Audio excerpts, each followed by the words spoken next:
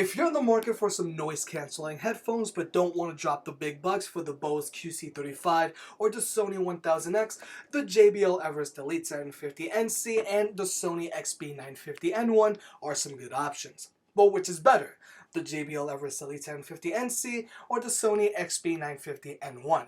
Let's find out. Don't forget to like, comment, and subscribe. Oh man, that intro had a lot of numbers. The JBL Everest Elite 750 NC is the newest of these two headphones. It comes in three colorways, blue, gunmetal, and silver. They also currently retail for $299.99. The Sony XB950N1 released back in March or April of 2017 and still only comes in two colorways, black or green. I'm still a big fan of the green version. They retail for $248 over at Amazon and they go on sale from time to time. If you want to pick either one of these up, I'll have a link in the description below and I'll keep them updated so you can get the best deals possible. So first, let's go over what comes in each box, cause there is a big difference. The Sony NDR XB950N1 come included with a carrying pouch, an audio cable, and a micro USB cable for charging. The JBL Everest Elite 750 NC, on the other hand, come included with a hard shell carrying case, an audio cable with inline controller, a better quality micro USB cable for charging, and a two-prong plane adapter. JBL did a great job of taking the little things into consideration, but remember, the JBL do cost $50 more.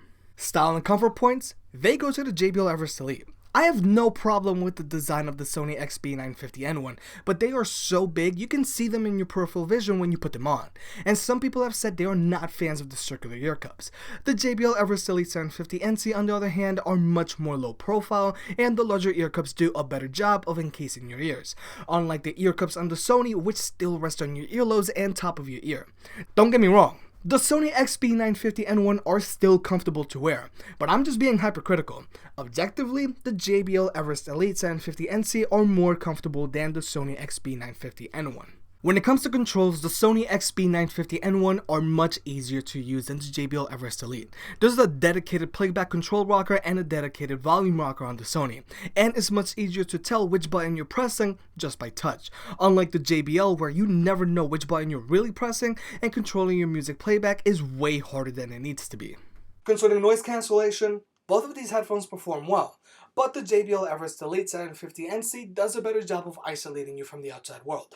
But the difference is so little between the JBL and the Sony that you wouldn't know unless you wore them back to back like I can. But sound quality is a whole different story. Like I said in my initial review, the sound quality on the JBL Everest Elite 750 NC is decent at moderate listening levels. But if you're listening to something with a lot of bass or really high highs, the JBL will start rattling like soda cans. The Sony XB950N1, on the other hand, sound great across the board. Instrument separation and soundstage are way better, and the extra bass feature adds another dimension to the listening experience. Battery life and Bluetooth connectivity are also two big factors to consider between these two headphones. The Sony have a battery life of 22 hours, and if you listen to them at a low volume and with noise cancellation off, I've managed to squeeze out a few more hours out of them. Whereas I found the JBL Everest Elite to only have a battery life of 12 hours with noise cancellation on and at a playback volume of 75%. Also, JBL decided to use Bluetooth 4.0 on these headphones, which means you can only be connected to one device at a time, and if you're going to switch between devices, you need to go through the setup process every single time. Thankfully, the 950N1 use Bluetooth 4.1 and you can pair to two devices at the same time, so switching between your phone and laptop like I do is super easy. But these two headphones do have very different features that help set them apart from the rest. For starters, the Sony XB950N1 don't just sound great, they also have an extra bass feature. It's what the XB in the name stands for. At a press of a button, you can kick the bass up to an 11 on the Sony, and they still manage to sound great.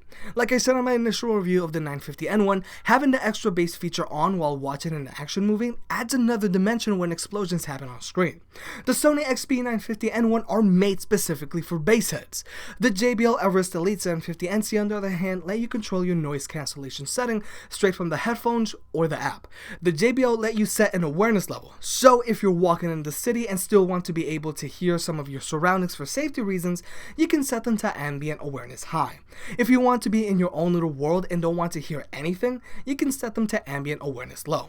Also, taking phone calls on the JBL is crystal clear for the user on the other side thanks to their echo cancelling microphone.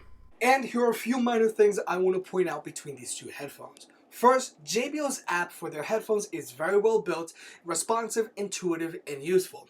Sony's app is not. I try to avoid using it as much as I can. I really wish Sony did a better job of labeling their ear cups with large letters like JBL did on theirs, cause it makes putting them on correctly much easier. And I like that JBL included better cables in their packaging.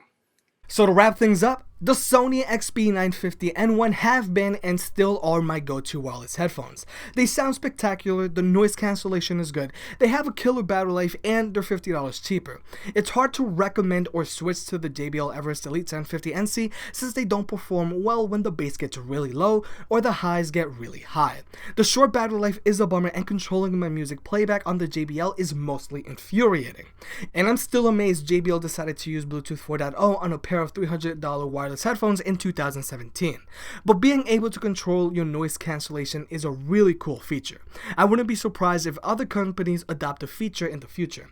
And not to mention, they're as comfortable as the Bose QC35.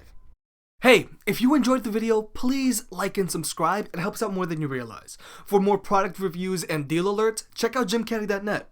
If you want to support the channel, pick up a shirt. And I'll catch you next time.